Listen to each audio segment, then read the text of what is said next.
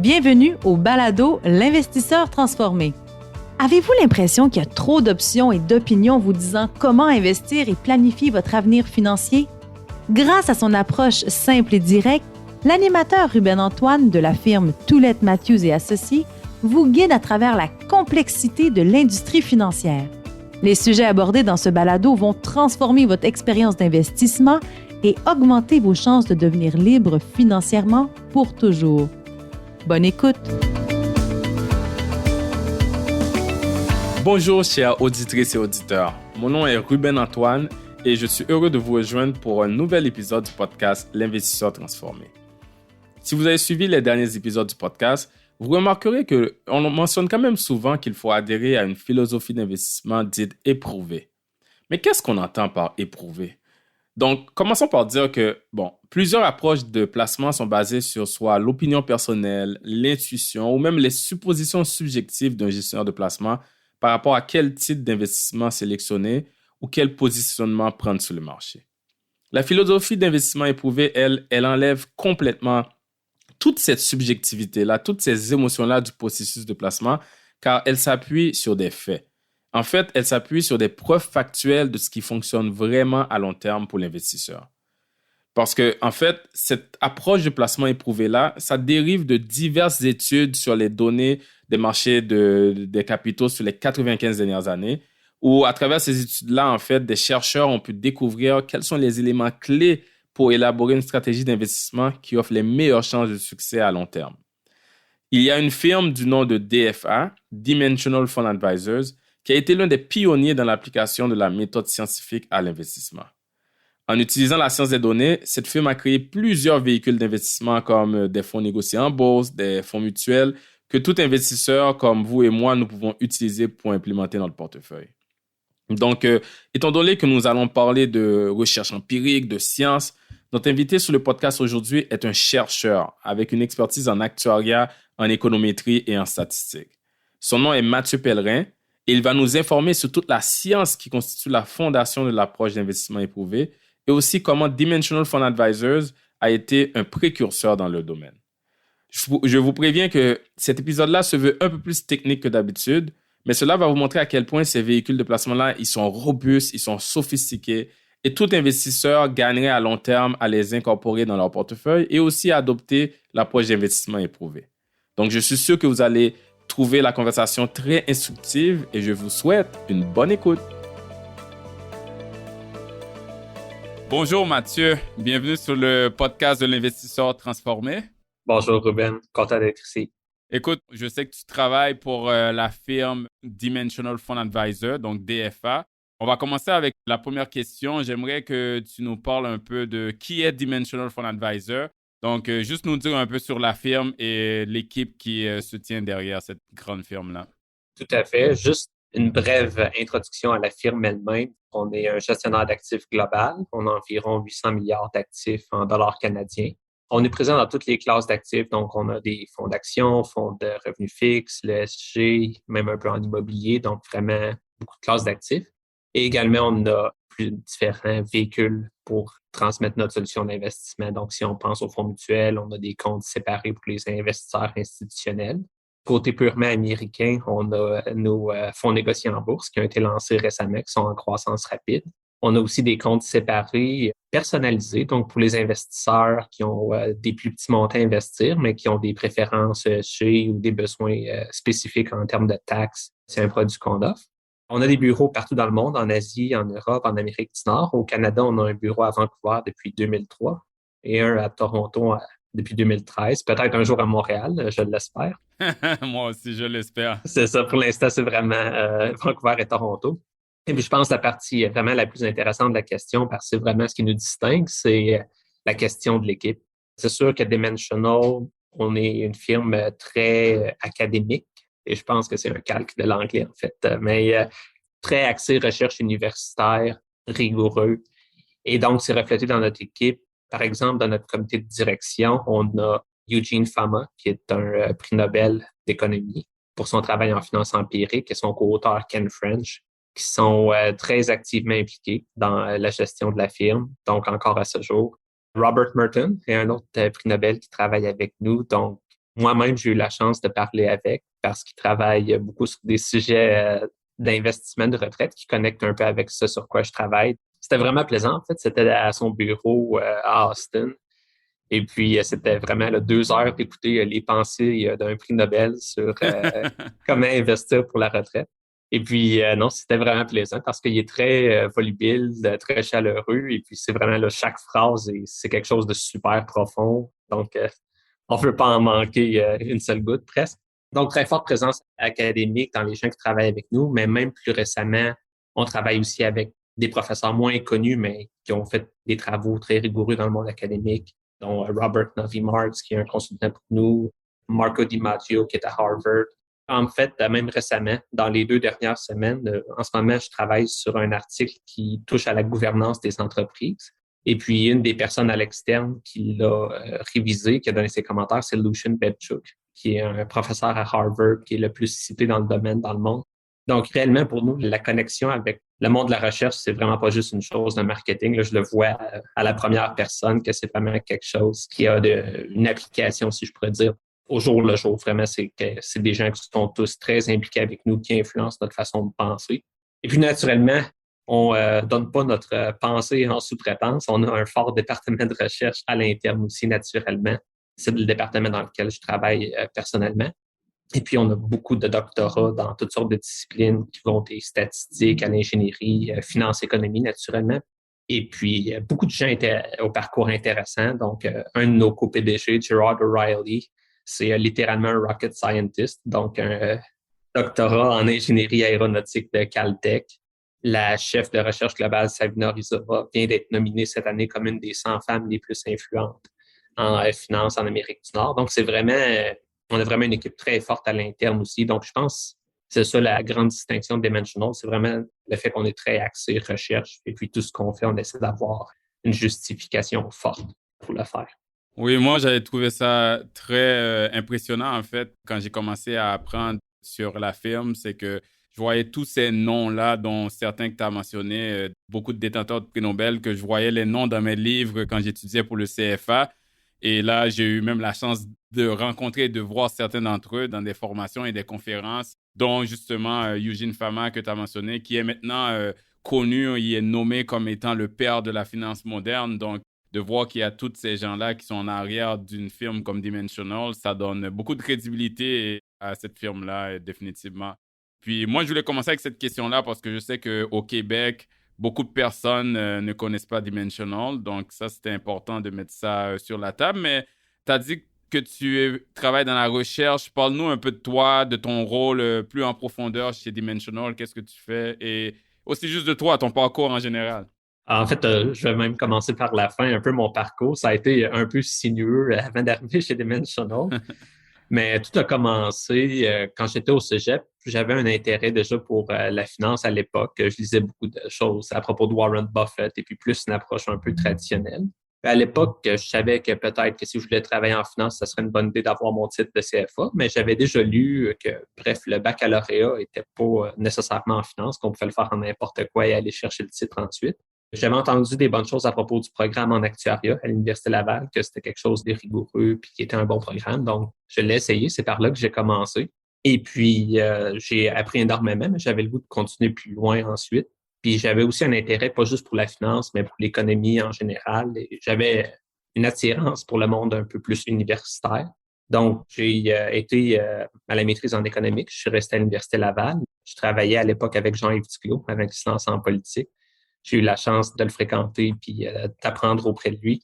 Après la maîtrise, j'avais encore le goût de continuer plus loin, vraiment d'aller chercher un doctorat et éventuellement enseigner dans le monde universitaire. Donc, je suis allé à Brown University pour faire mon doctorat. Quand je suis entré, je pensais me spécialiser en croissance économique, donc vraiment des thèmes plus universitaires, des choses de long terme. Et puis, j'ai eu un plaisir fou là-bas dans mes cours d'économétrie. Donc, des thèmes plus statistiques. Et vraiment, j'ai décidé de me spécialiser là-dedans au doctorat. Ça m'a amené à découvrir des outils un peu plus quantitatifs, à apprendre beaucoup de cours de maths avancées, statistiques, et puis j'ai vraiment aimé ça. Environ en milieu de parcours, j'ai décidé que peut-être le monde universitaire, ça me semblait trop abstrait. J'avais pas le goût de passer ma vie dans une salle de séminaire, à être dans des débats à propos de choses archi-théoriques. Puis j'avais toujours l'intérêt pour la finance qui était un peu en background en même temps.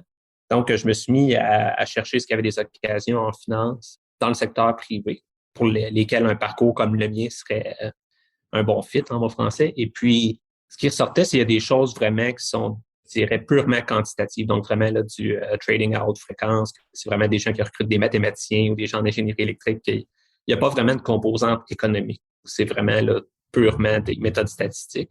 Mais il y avait quelques firmes qui avaient une approche qui combinait un peu l'approche quantitative, mais avec le contenu économique qui m'intéresse. Et Dimensional était une de celles-là. Et j'ai commencé là-bas en juillet 2019 au bureau à Austin. J'ai rapidement intégré l'équipe de recherche. Puis mes thèmes de spécialisation sont l'ESG, donc tout ce qui touche à l'investissement responsable, environnemental, social, gouvernance. Et puis l'investissement de retraite, comme j'ai dit, c'est ça qui m'a amené à parler avec Robert Merton. Et puis en mars 2020, j'ai déménagé à notre bureau de Charlotte. Donc en ce moment, je suis basé sur la côte est aux États-Unis. C'est un peu mon parcours chez Dimensional. Donc j'y suis arrivé parce que le mélange, comment je dirais, de connaissances ou de thèmes qu'on utilise à l'intérieur de la firme, c'est un peu ce que j'avais dans mon parcours aussi. Donc c'était vraiment très naturel pour moi d'être ici. C'est un très beau parcours. Là, tu vis aux États-Unis, mais tu viens du Québec. Ouais, c'est ça. Ben, j'ai originalement de Trois-Rivières. J'ai fait mon cégep là-bas. Ben, merci de partager ton parcours un peu personnel, mais aussi professionnel. On va rentrer dans le vif du sujet. On a parlé beaucoup sur le fait que Dimensional marie beaucoup tout ce qui est recherche universitaire, académique avec la finance. Donc, dis-nous un peu plus sur l'évolution, en fait, de la finance moderne dans le milieu académique. Si on retourne un peu en arrière, quelles ont été les progressions dans le temps jusqu'à maintenant? L'événement fondateur, si on veut, ça serait vraiment tous les travaux qui sont sortis à la fin des années 50, début des années 60. C'est là vraiment que la finance a commencé à émerger comme une discipline rigoureuse, distincte de l'économie, vraiment avoir ses propres revues scientifiques, professeurs et tout ça. Et puis, c'est également l'époque où Eugene Fama a fini sa dissertation, commencé à enseigner ensuite à Chicago. Et puis, les grands événements fondateurs qui nous affectent encore aujourd'hui dans notre philosophie chez Dimensional, c'est première des choses, il y avait l'hypothèse des marchés efficaces qui est sortie à l'époque, qui est quelque chose que je vais expliquer en davantage de détails. Et puis, il y a également toute la question de comment choisir un portefeuille optimal. Il y a toute une théorie autour de ça qui, encore aujourd'hui, donne je dirais, des lignes directrices ou des choses à penser, même pour les investisseurs de détail, des choses très concrètes sur comment équilibrer différentes classes d'actifs. Donc, un peu, pour commencer, l'hypothèse des marchés efficaces, ce que ça dit, encore là, c'est la définition de Fama, c'est tout simplement l'hypothèse selon laquelle les prix des actifs aujourd'hui, on peut utiliser les actions comme exemple, reflètent toute l'information connue. Tout simplement, une des implications de ça que les gens ont parfois du mal à saisir, c'est par exemple si on pense que Couche-Tard va avoir un très bon profit le trimestre prochain. Donc, la plupart des gens vont dire « Oh mon Dieu, il va avoir des bons profits, c'est une occasion d'achat, je vais acheter l'action, ça va monter quand les profits vont sortir, je vais faire de l'argent. » Naturellement, ce qui est la faute dans ce raisonnement-là, en fait, il y en a deux. La première erreur de raisonnement, c'est toujours pas l'impact des nouvelles qui est important pour le prix des actifs, mais c'est toujours l'impact des nouvelles par rapport à ce que le consensus de marché s'attend. Donc, souvent, on a des gens qui disent ça n'a pas de sens, le chômage est super élevé, il y a eu des mauvaises données économiques qui ont sorti aujourd'hui et pourtant la bourse a monté, donc ça n'a pas de sens. Ou telle compagnie a eu des beaux profits ce trimestre-ci, l'action s'est effondrée, encore là, ça n'a pas de sens. Mais encore là, c'est toujours par rapport aux attentes. Si le marché s'attendait à des nouvelles économiques complètement catastrophiques et que c'est juste mauvais, c'est quand même une amélioration par rapport à l'espérance des marchés. Donc, ça, c'est la première chose à saisir. Dans le monde de l'investissement, c'est toujours pas la vieille information qui détermine comment les prix vont évoluer, mais vraiment la nouvelle information qui est diffusée aux participants. Donc, ça, c'est la première chose. Ces attentes-là des marchés sont fort probablement très sophistiquées et incorporent beaucoup d'informations. Et la raison pour ça, c'est structurel, si on veut. C'est tout simplement qu'il y a des millions de gens qui regardent la même information, qui ont des incitatifs très forts à trouver les prix corrects des actifs. Donc, les gens aiment faire de l'argent.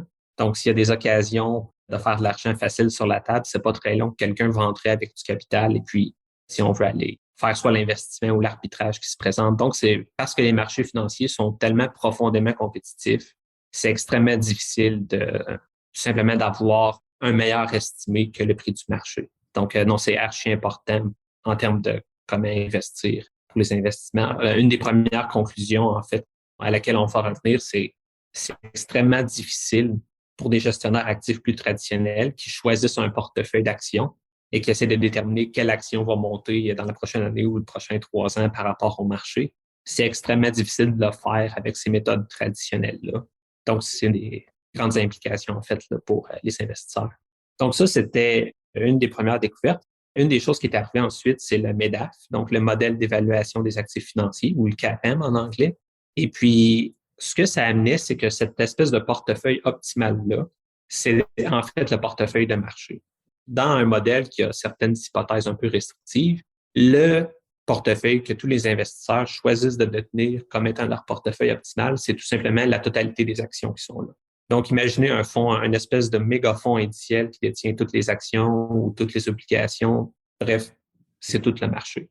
Et puis, une des choses que ce modèle-là avait comme prévision qui est intéressante, encore là pour revenir à mon exemple des actions, c'est que les actions qui sont très corrélées avec le reste du marché sont plus risquées. Donc, on devrait s'attendre à ce qu'il y ait un meilleur rendement sur ces actions-là pour compenser les investisseurs pour le risque supplémentaire. Et puis, à l'inverse, si on pense à une action, exemple, qui est moins volatile que le reste du marché, pas nécessairement moins volatile, mais moins corrélée. Donc, supposons que si le marché tombe de 2 cette action-là va tomber de 1 en moyenne. Donc, cette action-là, la plupart des gens seraient prêts à la détenir, même avec un rendement plus faible, parce que l'action est moins risquée à l'intérieur de leur portfolio total. Mais ce qui s'est passé avec ça, avec ce modèle-là, une des prévisions qui était invalidée, c'est que le MEDAF prévoyait que certaines actions très risquées allaient avoir un très haut rendement à long terme et que certaines actions moins risquées allaient avoir un très mauvais rendement. Mais cette prévision-là du modèle était vraie en termes de la direction, mais en termes de la magnitude, n'était pas correcte. Et puis, une des choses, justement, c'est là où Fama et Ken French arrivent dans l'histoire, c'était que certaines des actions, comme par exemple les actions à petite capitalisation ou les actions qui sont peu dispendieuses, donc le prix de l'action est faible par rapport à la valeur comptable, par rapport aux revenus, etc. Ces actions-là avaient un rendement à long terme beaucoup plus élevé que ce que le MEDAF tout seul aurait suggéré. Et puis ça, c'est un peu la fondation de leur étude en 1992, qui était le modèle à 3 facteurs. Et puis justement, une des choses qui a été documentée dans ce modèle-là, vraiment établie, il y avait une contribution de synthèse, il y avait une contribution au niveau de la méthodologie, mais ce qui est intéressant pour nous, c'est vraiment le fait que ces actions-là, les actions à petite capitalisation, les actions value en anglais, ont tendance à avoir des rendements plus élevés à long terme. Le modèle d'évaluation des actifs financiers, tu me diras si je me trompe, Mathieu, mais de ce que je comprends, avant que ce modèle-là soit mis de l'avant, on va dire qu'on prend un fonds d'investissement géré par un gestionnaire d'actifs.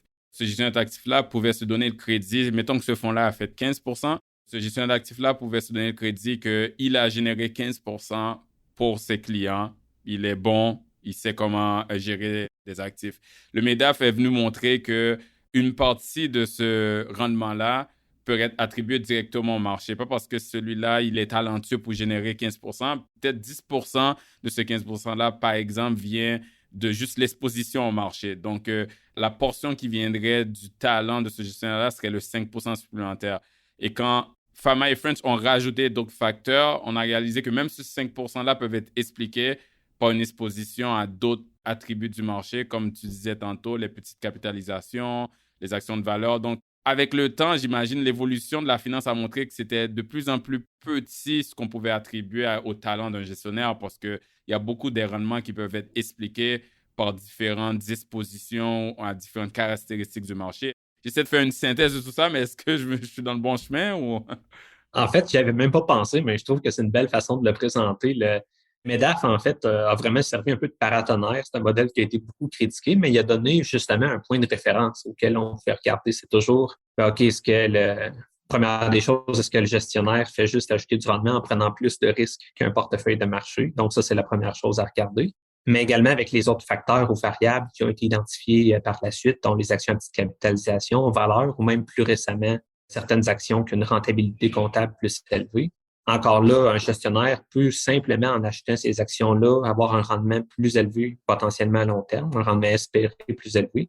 Et puis, ça vient pas nécessairement du talent du gestionnaire ou d'un processus de sélection de telle action versus telle action. C'est juste acheter un portefeuille diversifié d'actions à petite capitalisation. Ça va donner un rendement plus élevé, même si on ne fait pas un choix spécifique sur les actions à l'intérieur du portefeuille. Et puis ça, c'est justement l'espèce de clé qui ouvre la porte à l'investissement systématique. Donc, on peut aller chercher ces rendements-là plus élevés de façon très systématique d'un portefeuille archi-diversifié et puis enlever l'espèce d'élément arbitraire ou de gestion humaine du processus.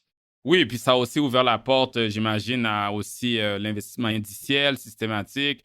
Comme tu viens de dire, je regardais un résumé d'une étude que Dimensional Fund Advisor, justement, avait faite en 2002 sur 44 fonds de pension institutionnels qui gèrent 452 milliards. Puis ce qu'ils ont démontré, j'imagine, en utilisant tous ces modèles quantitatifs-là, c'est que la différence de rendement en différents portefeuilles, en fait, 96% pourrait être déterminé par tout ce qu'on vient de discuter, là, dans le sens que 96% du rendement peut être expliqué par l'exposition à différents facteurs du marché, à différentes classes d'actifs.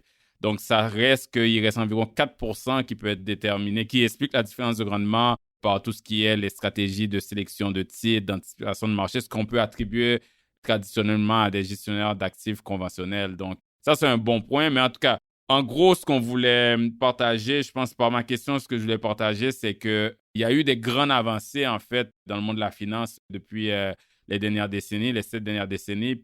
Quand les gens pensent à tout ce qui est avancé, grande innovation dans le 20e siècle, on va penser à des choses comme l'invention de l'automobile, l'invention de l'ordinateur, mais dans le monde de la finance, moi, plutôt, on est passionné par ça. Je suis sûr que tous les auditeurs ne sont pas aussi passionnés par ce qui se passe dans le secteur de la finance, mais ce qui est important de savoir, c'est qu'il y a eu des grandes avancées qui ont été révolutionnaires, qui rendent certains véhicules d'investissement beaucoup plus efficaces et efficients pour tous les gens qui ont des placements et qui investissent leur argent. Non, tout à fait. J'insisterai sur le fait que naturellement, l'évolution est encore en cours. C'est constamment raffiné et puis c'est une de nos tâches principales, justement, en recherche, de rester à l'affût de tous les articles qui sortent. Donc, juste, par exemple, on a un processus trimestriel que dans les 3 revues les plus citées en finance, Journal of Finance, Journal of Financial Economics et Review of Financial Studies, on regarde tous les articles qui sortent, on regarde ceux qui sont pertinents pour nous et puis on les alloue à un chercheur qui est spécialisé dans le domaine. Et puis, on a un processus de révision de littérature que là, on se rencontre ensemble puis on discute est-ce que ça a des implications pour ce qu'on fait ou juste parfois, Ken French nous envoie un courriel, là, j'ai vu tel article sortir, je trouve que c'est intéressant. Donc, c'est vraiment un processus qui est constant pour rester à l'affût des innovations. Bien, justement, Dimensional puis toute l'équipe, comme tu viens de mentionner, ils ont su toujours, en fait, depuis leur création, marier beaucoup tout ce qui est de la recherche, comme la recherche scientifique avec la pratique. Peux-tu nous raconter un peu, justement, l'histoire de Dimensional depuis sa fondation? Une des façons de le présenter, je pense, c'est en partant de l'histoire d'un des cofondateurs, David Booth. Et puis, une des choses qui est intéressante à son propos, c'est à l'époque, il travaillait pour Wells Fargo, et à l'époque, c'est dans les années 70. Et puis, une des choses sur lesquelles il travaillait, justement, c'était un des premiers fonds indiciels. Justement, à l'époque, le MEDAF, c'était tout neuf, c'était récent d'environ une dizaine d'années. Puis, c'était une des premières tentatives, justement, de donner un peu le portefeuille de marché à un investisseur. Je pense que c'était des investisseurs institutionnels à l'époque, mais peu importe, c'est vraiment une tentative de construire ce portefeuille-là passif, constitué de juste toutes les actions. Oui, justement, je pense qu'on attribue beaucoup la création du premier fonds indiciel à John Bogle de Vanguard, mais la différence, c'est que John Bogle, lui, a créé le premier fonds indiciel pour l'investisseur de détail, alors que je pense que toi, tu fais référence au premier qui était avant, en fait, mais du côté institutionnel. Tout à fait. Et puis non, Jack Bogle, je pense, a énormément de mérite d'avoir popularisé cette forme d'investissement-là. L'investissement indiciel, ça a été une grosse amélioration pour les investisseurs par rapport à la gestion traditionnelle. Mais non, pour revenir à David Booth, à l'époque, il travaillait là-dessus. Puis en 81, il a lancé Dimensional Fund Advisors. Et puis à l'époque, notre premier fonds, c'était un fonds d'action à petite capitalisation, ce qu'on appellerait même des micro-capitalisations aujourd'hui. Pensez là, des actions que la capitalisation est mesurée en bas d'1 milliard ou même là, des dizaines de millions. C'est vraiment des plus petites compagnies. Et puis, son pitch de vente à l'époque n'était pas nécessairement de faire des meilleurs rendements par ces actions-là, parce que la recherche qui a établi que les actions à petite capitalisation avaient des meilleurs rendements, ça a sorti au début des années 80. Ce que lui cherchait à faire plutôt, c'est il y avait beaucoup d'investisseurs institutionnels qui n'étaient pas tout à fait diversifiés, qui n'avaient pas accès à ces actions à petite capitalisation-là, parce que c'est des actions qui sont très illiquides, très difficiles à transiger. Et puis lui, ce qu'il souhaitait ajouter, c'était, si on veut, donner le morceau manquant dans le portefeuille de marché. Donc, aller donner aux investisseurs cette diversification-là additionnelle par les actions à petite capitalisation. Puis, le grand défi à l'époque, naturellement, comme je l'ai déjà dit, c'est est-ce que c'est possible d'acheter ces actions-là mais sans se faire, détruire par les coûts de transaction, vraiment que le rendement se dissipe complètement. Et puis, la solution qu'il a trouvée à l'époque, c'est simple en rétrospective, mais c'est très profond tout de même. Et ça couvre un peu tous les concepts qu'on a déjà couverts. C'était, première des choses, si ce qu'on essaie de donner à l'investisseur, c'est un portefeuille diversifié d'actions de petite capitalisation, c'est plus ou moins important si on choisit l'action X ou l'action Y. Tout ce qui est important, c'est qu'on en ait des centaines le plus possible. Et puis, on n'est pas obligé à telle date ou tel jour, par exemple, comme un fonds indiciel, de détenir telle action en telle quantité. C'est vraiment, on essaie vraiment de donner l'exposition à une classe d'actifs, mais on a un design flexible sur quelle action on peut avoir. Et puis, ce que cette décision au niveau de la conception du portefeuille ouvre au niveau de l'exécution, c'est que quand on va au marché puis qu'on essaie de transiger, s'il y a des actions qui sont très illiquides, qu'on peut pas avoir une exécution à des prix raisonnables, on n'est tout simplement pas obligé de transiger. On peut tout simplement favoriser les titres qui sont plus faciles à transiger, puis on peut être patient. C'est pas rigide, c'est très flexible. Tout à fait. C'est majeur parce que ça nous permet, plutôt que de demander de la liquidité, de participer à la liquidité du marché. Et ça, naturellement, il y a plein de raffinements sur cette idée de base-là, mais c'est quelque chose qui, encore 40 ans après, est avec nous, et puis on va y revenir. Mais à l'époque, ce que ça lui a permis justement de donner cette exposition d'actifs-là avec une bonne exécution, des coûts raisonnables et tout. Bref, ça a été le premier succès de Dimensional. Et puis ensuite, naturellement, il y a beaucoup de choses qui se sont passées depuis les années 80. Ça pourrait être un podcast au complet, là, toutes les stratégies qu'on a faites et tout. Mais d'ailleurs, peut-être qu'on devrait en faire un, ça serait très intéressant. Mais très sérieusement, je dirais, dès le début, Dimensional a innové beaucoup. Donc, il y a des choses qu'on faisait dans les années 80. Je dis j'étais pas né à l'époque, mais la compagnie faisait première des choses d'investissement à revenus fixes, mais plus systématique. Même au niveau des obligations, on implémentait déjà les travaux de Eugene Fama dans le domaine.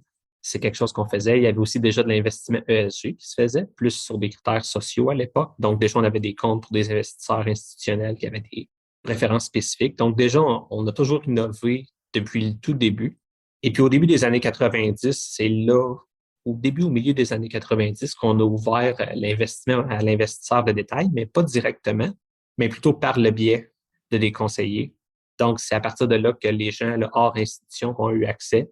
Et puis, un autre exemple, comme je disais, la finance en effervescence, ça n'arrête pas d'évoluer. J'ai parlé déjà du modèle à 3 facteurs, donc les actions de petite capitalisation, les actions valeurs. Mais également, en 2012, Robert Nuffy Marks a découvert l'effet de rentabilité, qui disait que les actions qui ont des profits comptables plus élevés par rapport à leurs actifs, et profits comptables définis d'une façon un peu plus spécifique, je pense que c'est davantage profit d'opération, donc un peu plus haut dans le bilan. Ce qui est intéressant à propos de ça, c'est naturellement, c'est sorti en 2012 et puis on a commencé à implémenter dans nos fonds, en fait, très peu de temps ensuite. Mais ce qui est important, c'est que les actions qui sont les plus rentables par rapport à ce critère-là ont tendance à être des actions plus chères. Donc, il y a une espèce de tension entre ces critères-là et puis les critères de valeur, qui sont les actions moins chères. Donc, pour implémenter ces deux choses-là conjointement dans un portefeuille, là, c'est un exemple aussi où l'implémentation et le design du portefeuille ont un gros impact.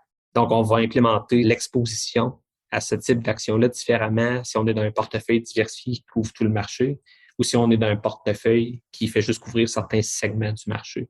C'est un autre exemple où vraiment, oui, la recherche est là et puis tout le monde y a accès. Mais vraiment, là où on ajoute notre valeur, c'est comment est-ce qu'on implémente ça pour que ça donne un portefeuille de qualité. C'est vraiment fascinant comment Dimensional utilise tout ce qui est les grands cerveaux, en fait, de la finance, de toute la recherche empirique pour l'intégrer dans des solutions pour les investisseurs comme toi et moi. Mais Mathieu, qu'est-ce que tu dirais qui constitue la différence entre une approche de gestion de placement plus traditionnelle, comme la majorité des gens, quand ils pensent placement, qu'est-ce qu'ils pensent de façon plus conventionnelle, et l'approche indicielle, qu'on entend parler de plus en plus, et l'approche de Dimensional. Donc, on parle de 3 approches. Comment tu pourrais faire la différence entre ces 3 approches-là? Non, la question est vaste et c'est important. La gestion traditionnelle, je dirais, généralement, il y a beaucoup de décisions discrétionnaires. Donc, c'est vraiment un gestionnaire de portefeuille qui a généralement une certaine classe d'actifs à couvrir ou un certain objectif. Mais encore là, l'idée, c'est fondamentalement d'essayer de deviner si une action est sous-évaluée par rapport au marché ou surévaluée par rapport au marché. Et puis, un des grands problèmes dans cette approche-là, c'est généralement, il y a très peu de transparence dans le processus de décision, donc c'est un peu une boîte noire. C'est très difficile de savoir si un gestionnaire est en train d'exécuter une stratégie qui a du bon sens ou si c'est juste les marchés qui n'ont pas été de son côté. Donc, il y a cette espèce d'absence de transparence-là qui est toujours là.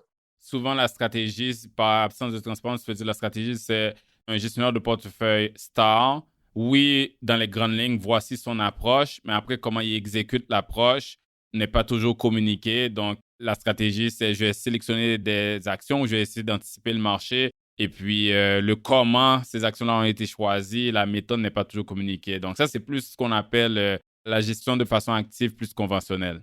Oui, puis j'y ajouterais deux choses. Naturellement, c'est très facile d'avoir des gestionnaires de portefeuille qui, par chance, vont avoir des rendements anormaux. Donc, encore là, c'est toujours la question de est-ce qu'on peut identifier ces gens-là à l'avance? Et puis, est-ce que, en fait, la performance passée garantit la performance future? Donc, une étude qu'on fait chez Dimensional à chaque année, on regarde les gestionnaires de fonds mutuels ou d'ETF, d'actifs en général, et puis ce qu'on regarde, c'est si on prend le premier quartile, donc le top 25% des meilleurs gestionnaires de portefeuille, et puis qu'on regarde les rendements qu'ils ont générés en tenant compte, comme on a mentionné, des expositions aux différentes classes d'actifs, est-ce que dans les 5 prochaines années, ces gens-là sont dans le même quartile? Et puis ce qu'on trouve, c'est que ces gestionnaires-là ont la même chance d'être dans le premier quartile dans les 5 prochaines années que tous les autres gestionnaires. Bref, la performance passée n'a aucune espèce de pouvoir de prévision sur la performance future.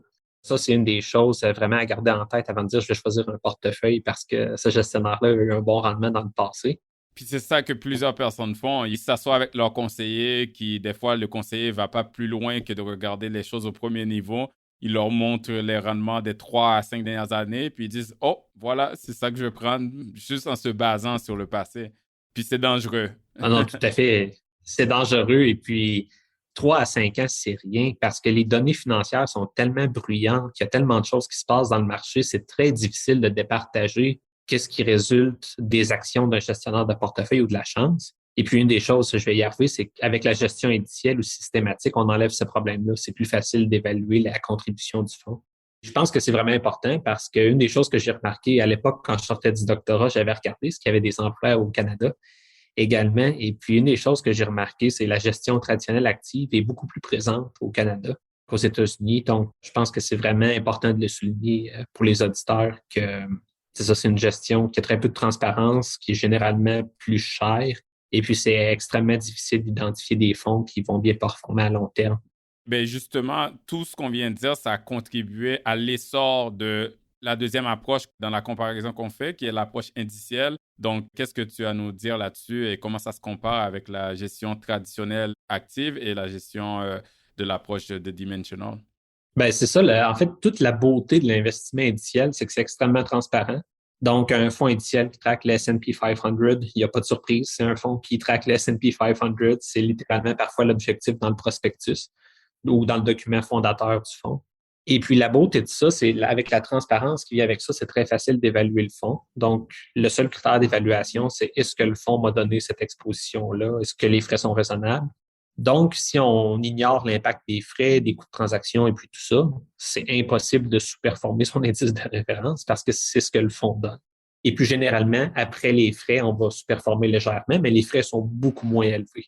Parce qu'il n'y a pas un star gestionnaire de portefeuille qui dit « Je suis tellement bon pour vous trouver le prochain Amazon, donc payez-moi 3%. » C'est des frais très raisonnables. Ouais. Exactement. Là, c'est la différence souvent entre 1% et 0,1%. C'est vraiment majeur. Et puis, souvent, les gens peuvent penser que c'est petit, mais la mécanique de l'intérêt composé fait que 1% de frais sur la performance sur une vingtaine d'années, une trentaine d'années, ça fait une immense différence à toute fin. Des centaines de milliers de dollars. C'est ça, c'est vraiment immense, là. Et puis, la beauté, c'est ça, c'est avec les marchés efficients, ce qu'on a déjà parlé, c'est qu'il y a très peu de valeur à investir du temps ou des ressources à essayer de deviner mieux que le marché parce que c'est à peu près impossible. Et puis, la majorité des rendements à long terme vient du fait non pas d'être plus futé que le marché, mais d'être dans le marché, tout simplement d'investir à long terme, de rester là. Donc, d'avoir ces fonds-là très diversifiés à beaucoup, c'est vraiment une amélioration massive et c'est pour ça qu'il y a eu un essor, là, autant Vanguard que les iShares, que tout ça, que ça a été très populaire et c'était vraiment une grande amélioration. Naturellement, et c'est là que l'investissement systématique ou l'approche dimensional arrive dans le portrait, c'est pas parfait parce qu'il y a certaines rigidités qui viennent avec l'indiciel. Donc, une des premières rigidités, c'est les indices, je me rappelle pas par cœur, là, des horaires des échéanciers exacts, mais ce qui se passe, c'est généralement, un indice est toujours rebalancé à une certaine fréquence. Donc, les actions dans le S&P 500 cette année ne sont pas les mêmes que v'là 10 ans. Il y a un processus tout simplement pour mettre de mise à jour qui se fait. Et puis, naturellement, puisque c'est populaire, il y a des fonds avec littéralement des trillions, des milliers de milliards de dollars qui traquent ces indices-là. Et puis donc, quand la journée arrive qu'il faut changer l'indice, ça fait une espèce d'effet de masse que tous les investisseurs dans le marché doivent détenir cette action-là en telle quantité et n'ont pas le choix de l'acheter, peu importe le prix, peu importe la qualité de l'exécution. Parce qu'encore là, comme je l'ai dit, la beauté du fonds indiciel, c'est que l'objectif, c'est de minimiser l'écart avec un indice de référence. Mais justement, cet indice de référence-là, même s'il y a des pressions sur les prix qui s'appliquent parce que tout le monde transige en même temps, ça va être reflété dans l'indice. Donc, c'est une espèce de sous-performance qui est un peu pernicieuse parce que les gens ne le remarquent pas. C'est pas parce que si on compare l'indice de référence et tout et le fonds lui-même, les deux vont avoir une pression sur les prix, mais c'est quand même quelque chose qui sort des poches de l'investisseur. Donc, cette rigidité-là d'être obligé de transiger, ça met certaines contraintes aussi. Donc, pour lancer une stratégie indicielle, un critère de base, il faut qu'il y ait un indice qui existe pour y arriver. Tandis que quand il n'y a pas cette contrainte-là, on peut partir avec une feuille blanche et puis vraiment bâtir la stratégie qui, à notre sens, va être la meilleure pour atteindre un certain objectif. Donc, c'est là où l'approche de Dimensional arrive. On part des mêmes critères qu'un indice d'un point de vue philosophique. Donc, il n'y a pas de gestionnaire discrétionnaire qui prend des décisions au jour le jour sur on choisit telle action plutôt que telle action. Ce qui est plutôt au niveau du portefeuille, les grands paramètres, on part toujours, peu importe la classe d'actifs, du portefeuille le plus diversifié qu'on peut. Naturellement, si on a des actifs spécialisés, ça va être moins diversifié parce qu'il y a une espèce de focus qui est plus grand sur un segment du marché, mais toujours dans les contraintes le plus diversifiées possible. Et puis, on essaie naturellement d'être transparent. Donc, c'est clair, c'est quoi l'objectif du portefeuille, la classe d'actifs ciblée. Puis, à l'intérieur de ça, il y a la flexibilité. Donc, ce que j'ai mentionné plus tôt en termes de transiger. On n'est pas obligé, exemple, à la fin de tel trimestre ou au milieu de l'année, le 30 juin, de transiger telle ou telle action. On peut attendre avant ou après que les conditions soient meilleures pour aller chercher cette exposition-là. Comme je disais, puisqu'il y a plusieurs variables autant du côté des actions que du revenu fixe, que la recherche identifie comme étant des variables qui permettent de prévoir des rendements plus élevés à long terme. Et puis, naturellement, on veut les intégrer dans notre portefeuille. Mais on n'est pas obligé de le faire de la même façon qu'un indice parce qu'il y a des indices d'actions à petite capitalisation ou il y a des indices sur les actions moins chères, donc les actions de valeur. Mais le fait de ne pas être contraint par un indice, ça nous permet d'aller faire des choix beaucoup plus raffinés au niveau de la façon que ces choses-là sont implémentées, interagissent les unes avec les autres. Donc, on essaie d'avoir tous les bénéfices, la transparence et puis la diversification, les frais le plus bas possible, un peu comme les fonds indiciels, mais aller chercher un raffinement de plus au niveau de l'exécution puis au niveau du design du portefeuille. OK, donc c'est un cousin de l'investissement indiciel, mais avec des améliorations au niveau de l'exécution, des améliorations quantitatives. Je comprends. Puis tantôt, tu as mentionné que vous pouvez, chez Dimensional, aller chercher une exposition à certaines variables qui peuvent amener du rendement, ce qu'on peut appeler dans le jargon du milieu de l'investissement factoriel. Donc, ces variables-là, on l'entend dans notre domaine, à moi puis toi, on les appelle des facteurs, des primes. Mais moi, je te demandais, juste pour le bénéfice des auditeurs, c'est quoi un facteur? C'est quoi ces variables-là? C'est quoi les variables qui déterminent les rendements à long terme? Pour partir, en fait, au niveau des actions, c'est vraiment les actions qui sont moins chères par rapport à leur prix, les actions qui sont à petite capitalisation et puis les actions qui ont une rentabilité comptable élevée. Et puis, ces effets-là se renforcent. Donc, les actions à petite capitalisation qui se transigent à une petite valeur par rapport à leur valeur au livre ou leur vente ou n'importe quel critère similaire ont tendance à avoir des rendements plus élevés à long terme. Que des plus grandes compagnies. C'est ça. Les actions moins chères, ce qu'on communément on appelle les actions de valeur, j'imagine que c'est la même logique. Ils ont tendance à avoir des plus grands rendements que son cousin contraire, qui est les actions qui sont plus chères, en fait.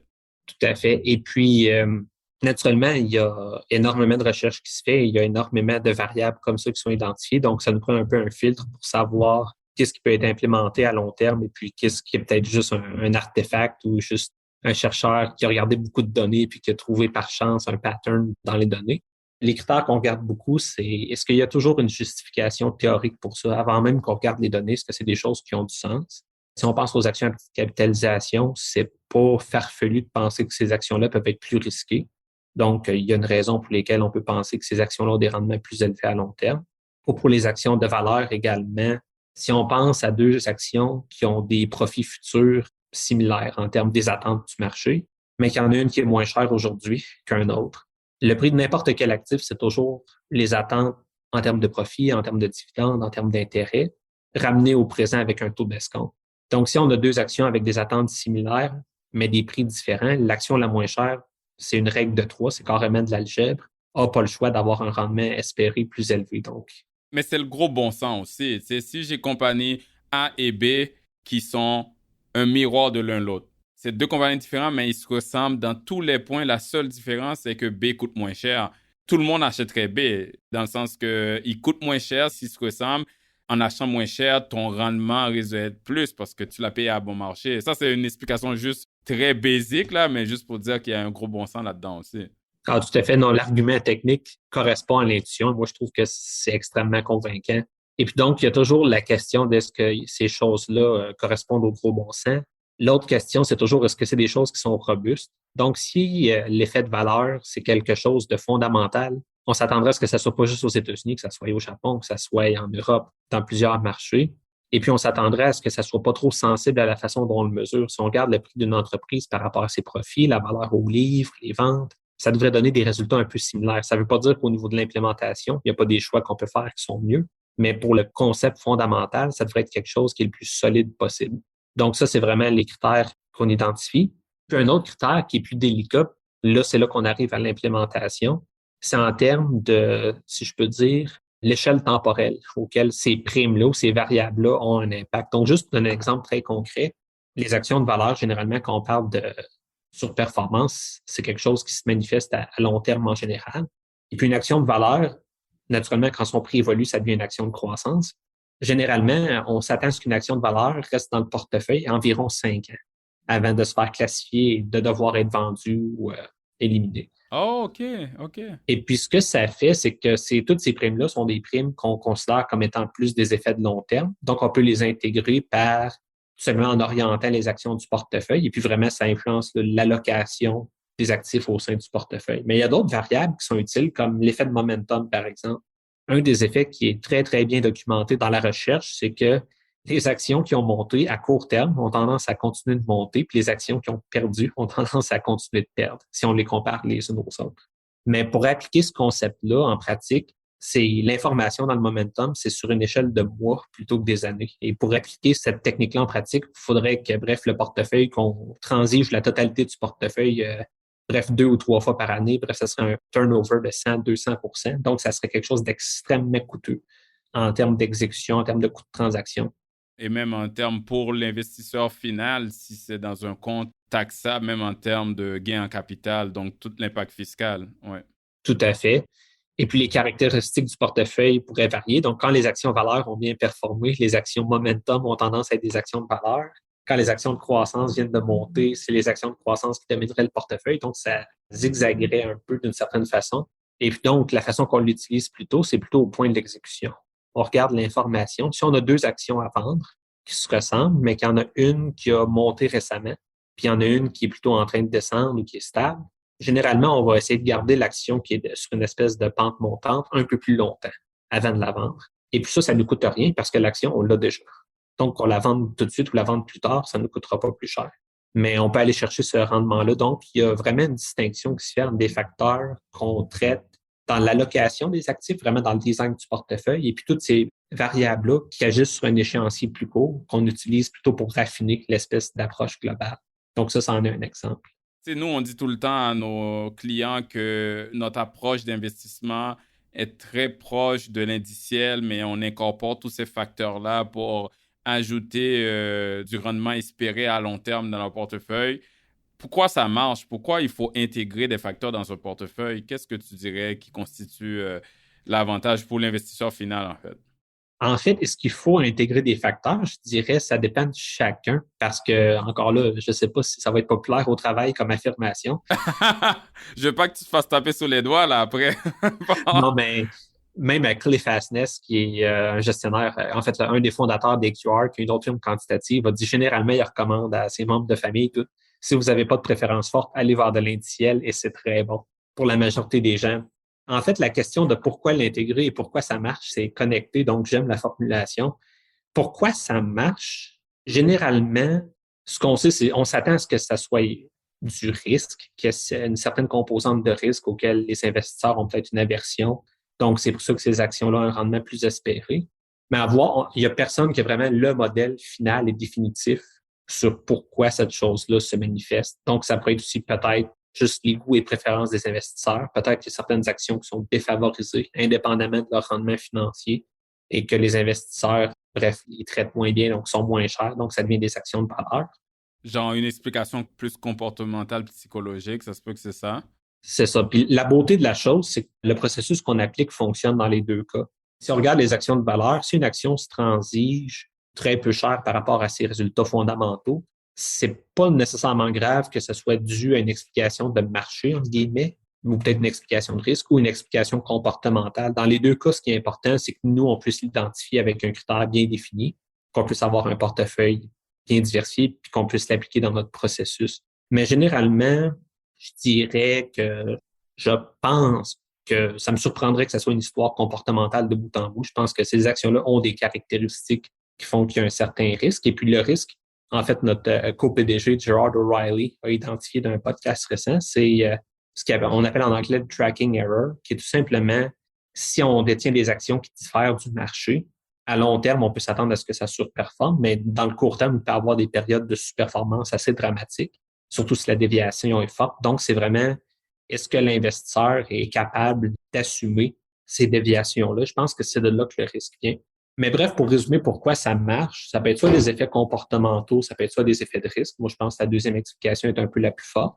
Mais même s'il n'y a pas d'explication définitive, on peut appliquer notre processus, appliquer notre philosophie, et puis ça va fonctionner. Puis la question fondamentale pour l'investisseur, c'est à quel niveau de tolérance il y a pour dévier du marché, surtout à court terme. Je comprends. Donc, je t'ai posé un peu deux questions. Pourquoi ça marche et pourquoi l'intégrer? De ce que je comprends de ce que tu viens de dire, c'est que il y a la raison pourquoi ça marche et il y a le résultat qui est le pourquoi on doit l'intégrer dans le portefeuille. La raison pourquoi ça marche n'est pas définitive. Si on prend les actions de valeur, par exemple, certaines peuvent dire, ben, les actions de valeur sont moins chères parce que cette entreprise en ce moment est plus risquée. Il y a eu un déclin dans ses ventes ou dans son industrie ou quoi que ce soit. Ça, c'est la raison du risque. Ou la raison comportementale, c'est que des investisseurs ont peut-être réagi plus fort à une mauvaise nouvelle de cette entreprise-là. Ils ont vendu, puis ça a fait baisser le prix. Mais qu'importe qu'est-ce que la raison, à la fin, on achète moins cher, on augmente nos possibilités de rendement espérées à long terme, qu'importe la raison. Donc, ça, c'est le résultat et c'est sur ça qu'on devrait se concentrer, en fait. Pour décider si ça convient à notre tolérance au risque, bien sûr, d'intégrer ce facteur-là qui sont les actions de valeur, par exemple, dans notre portefeuille. Est-ce que j'ai bien compris? Oui, donc tout à fait. Et puis, il y a d'autres nuances aussi. C'est vraiment, il y a les déterminants, ces variables-là qui existent, mais comment les intégrer, il y a toutes sortes de nuances qu'on peut apporter pour qu'il y ait une meilleure adéquation avec l'investisseur. Donc, généralement, ça se peut que sur une petite période, les actions de petite capitalisation sous-performent, même si à long terme, ça surperforme.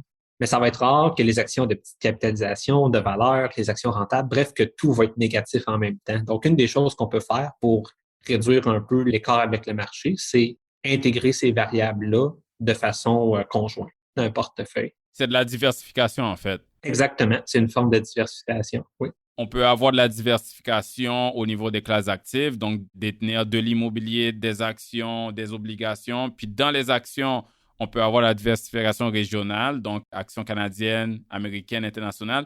Et dans ceux-là, là, il y a les secteurs aussi, etc. Mais même à l'intérieur des secteurs et des régions, on peut diversifier nos styles d'actions, donc avoir des actions de valeur, de croissance, de petite capitalisation, de grande capitalisation. Comme ça, quand il y en a un qui marche moins bien, ben, l'autre marche mieux, puis on est gagnant de façon globale. C'est toujours le concept des avantages de la diversification, mais aller encore plus en détail dans la diversification.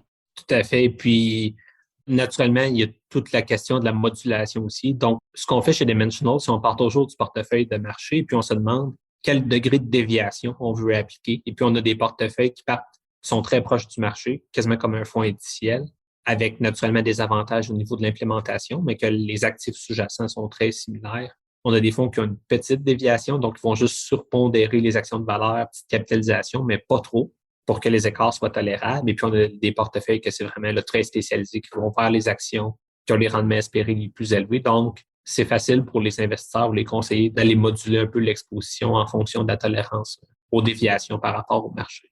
Je comprends. Puis tu as mentionné tantôt que ça ne marche pas tout le temps. Puis je pense justement le facteur de valeur, donc les actions de valeur qu'on les compare à les actions de croissance qui est, si je peux dire, le type d'action qui est le contraire, donc les actions qui sont plus chères. Les actions de valeur ont en fait sous-performé si on regarde les 10 dernières années. Donc quelqu'un pourrait se demander, puis je dis bien les 10 dernières années, mais les derniers mois, c'est différent. Les actions de valeur font très bien. Mais quand on regarde 10 ans, quelqu'un pourrait se demander est-ce que c'est encore pertinent? Est-ce qu'il faut encore détenir des actions de valeur dans son portefeuille ou est-ce qu'il faut lancer la serviette et puis abandonner tout ça? Non, ben c'est tout à fait pertinent, je pense, parce que l'explication derrière, la logique est inchangée. Peu importe les circonstances actuelles. Donc, le fait que deux actions avec des résultats similaires, des attentes similaires, mais une qui est moins chère que l'autre va avoir un rendement espéré plus élevé. Ça, c'était vrai en 80, c'était vrai en 90, c'est encore vrai aujourd'hui. Ça dépend. C'est quelque chose de très fondamental, de très profond. Et puis, naturellement, quand on regarde aussi, c'est quelque chose qui est basé sur la recherche dans plusieurs pays. On a une centaine d'années de données aux États-Unis, donc c'est vraiment un siècle de données maintenant qu'on a accès. Donc, c'est vraiment quelque chose qui est enraciné d'une logique profonde, mais également dans du très long terme. C'est sûr qu'à court terme, ça peut faire grincer des dents. Et puis, c'est particulièrement frustrant. Donc, si votre beau-frère arrive et dit, bon, ben, j'ai acheté du Netflix parce que ça n'arrête pas de monter, puis ça continue de monter après que j'en ai acheté, c'est sûr que c'est un peu frustrant si on est dans un portefeuille qui a moins d'actions de croissance, d'entendre ça et puis d'être en période de sous-performance. Mais c'est là qu'on en arrive vraiment à l'importance du long terme.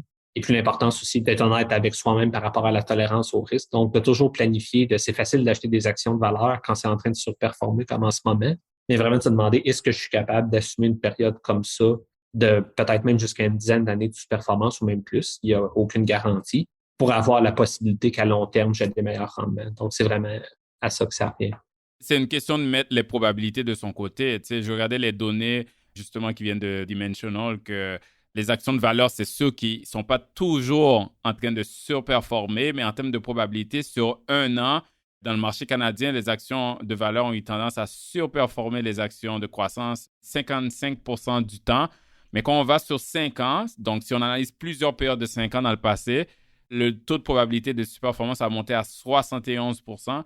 Et si on se met à analyser des périodes de 10 ans, depuis 1977 jusqu'à 2021, dans le marché canadien, la probabilité que les actions de valeur surperforment les actions de croissance était montée à 86%. Donc, c'est jamais 100%, mais investir dans le marché financier, c'est une question de probabilité aussi, à rien de sûr, mais on veut mettre toutes les chances de notre côté. Donc, en s'exposant aux actions de valeur, mais à très long terme, c'est sûr, on se suppose avoir possiblement des rendements plus élevés. Tout à fait.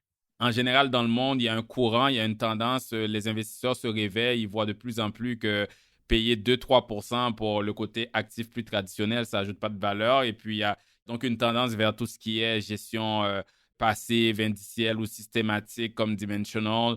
Toi, qu'est-ce que tu peux nous dire là-dessus? Est-ce que tu as quelque chose à partager par rapport à tous ces courants qu'on voit dans les dernières années vers, selon moi, la meilleure façon d'investir de l'argent?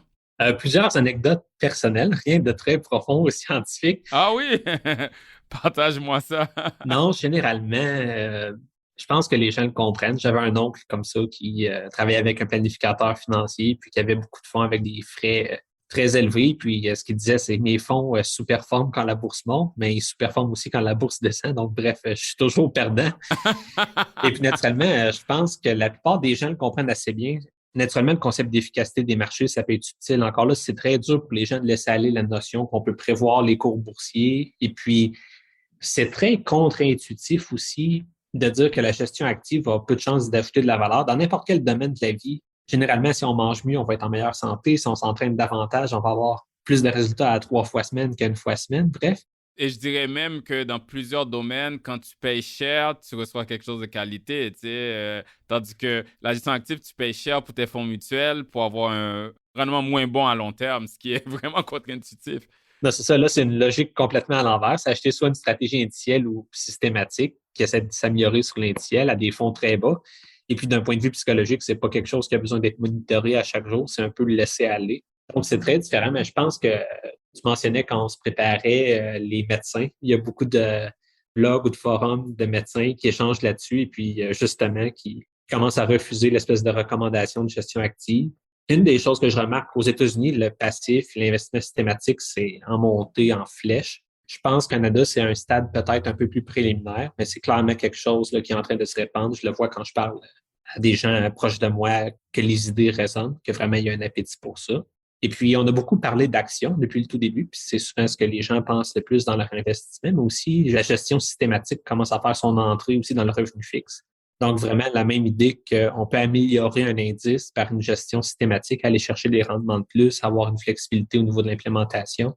Donc, c'est quelque chose que Dimensional fait depuis longtemps, mais là, qui commence à être de plus en plus populaire aussi. Donc, non, je pense que c'est des thèmes qui sont là pour rester parce que c'est tout simplement fondamental. Il y a des raisons profondes pour lesquelles les prix sont durs à deviner, mieux que le marché. C'est quelque chose qui va rester. Ça va toujours être une vérité que plus un fonds est cher, bien, plus il faut que la surperformance soit là, plus la barre est élevée pour que le rendement dans les poches d'un investisseur soit meilleur. Et ça, c'est toutes des variables qui, à mon avis, vont continuer de rendre la gestion traditionnelle un peu problématique, bref. Oui, des autres, justement. Moi, ce que je remarque avec beaucoup de clients qui ont un peu plus une bosse des chiffres, comme des ingénieurs ou des acteurs, ou des clients qui sont plus du côté de la science, comme des médecins, quand on les explique toute la recherche qui est la base de la façon que Dimensional investit ou des stratégies similaires, ceux qui ont un intérêt à en savoir plus, ils le comprennent parce que c'est quasiment utiliser la science pour investir, la science des données à la place d'enlever tout le côté émotionnel, de focuser justement tout ce qui est logique, rationnel. Donc, il y en a qui le comprennent, puis ils décident d'adopter, en fait, ces stratégies-là. Et je pense que même les gens qui ne sont pas du côté plus chiffre ou scientifique, il y a tellement de blogs. C'est vrai qu'on est toujours en retard au Canada par rapport aux États-Unis quand on parle de certaines innovations, mais ça s'adopte beaucoup moins vite que les États-Unis, mais ça s'adopte de plus en plus. Il y a beaucoup de blogs qui en parlent et puis c'est pour ça que les FNB deviennent de plus en plus populaires quand on parle de l'indiciel et aussi d'autres types de stratégies similaires comme ceux de Dimensional. Donc, on va l'espérer que ça va juste continuer dans cette lancée-là, en fait. Tout à fait. Et puis, tu as mentionné aussi les bénéfices un peu psychologiques, si je peux dire, d'une approche. C'est quand les gens comprennent la philosophie que l'important, c'est pas nécessairement mettre les efforts à choisir le meilleur fonds traditionnel en regardant les rendements, mais plutôt penser à sa tolérance au risque, penser à ses objectifs, puis aller chercher un fonds qui est bien structuré pour répondre à ces attentes-là. Et puis, bref, de faire confiance au processus, de pas trop, je dirais, donner d'attention aux choses à court terme. C'est vraiment une façon d'investir qui est, à mon avis, beaucoup plus plaisante aussi pour l'investisseur final. Je pense que c'est une belle façon, Mathieu, de conclure le podcast. J'aimerais te remercier énormément de partager ton expertise. Tu as l'air d'être passionné par ce que tu fais et aussi tu as l'air d'être vraiment dans le bon domaine. Donc, je te remercie beaucoup d'avoir pris le temps de clarifier toute la philosophie d'investissement et l'histoire aussi de Dimensional. Je pense que nos auditeurs vont trouver ça très intéressant. Et j'espère qu'on aura d'autres occasions de faire d'autres podcasts parce que je pense que tu as beaucoup plus de choses à dire. Mais j'aimerais te remercier beaucoup d'avoir participé au podcast aujourd'hui. Ça m'a fait plaisir, naturellement. C'est des thèmes très intéressants et puis très ouverts aux invitations de podcasts prochains. Je pense que c'est mieux de s'arrêter ici que de faire un podcast de 4 ou 5 heures. Mais c'est pas les thèmes qui manquent pour d'autres occasions. Donc, merci beaucoup pour l'invitation encore. Ça fait plaisir. À la prochaine. Vous venez d'écouter L'Investisseur transformé, animé par Ruben Antoine. Veuillez visiter le site web tma-invest.com pour vous abonner au balado, demander une copie gratuite du livre L'Investisseur transformé et pour en savoir plus sur la façon dont notre firme aide les investisseurs à atteindre leurs objectifs financiers. Merci. Les investissements et stratégies financières doivent être évalués en fonction de vos objectifs personnels. Les auditeurs doivent alors effectuer leurs propres recherches et consulter un conseiller dans le domaine avant de prendre des décisions sur leur placement et finances personnelles avec les informations fournies dans ce balado.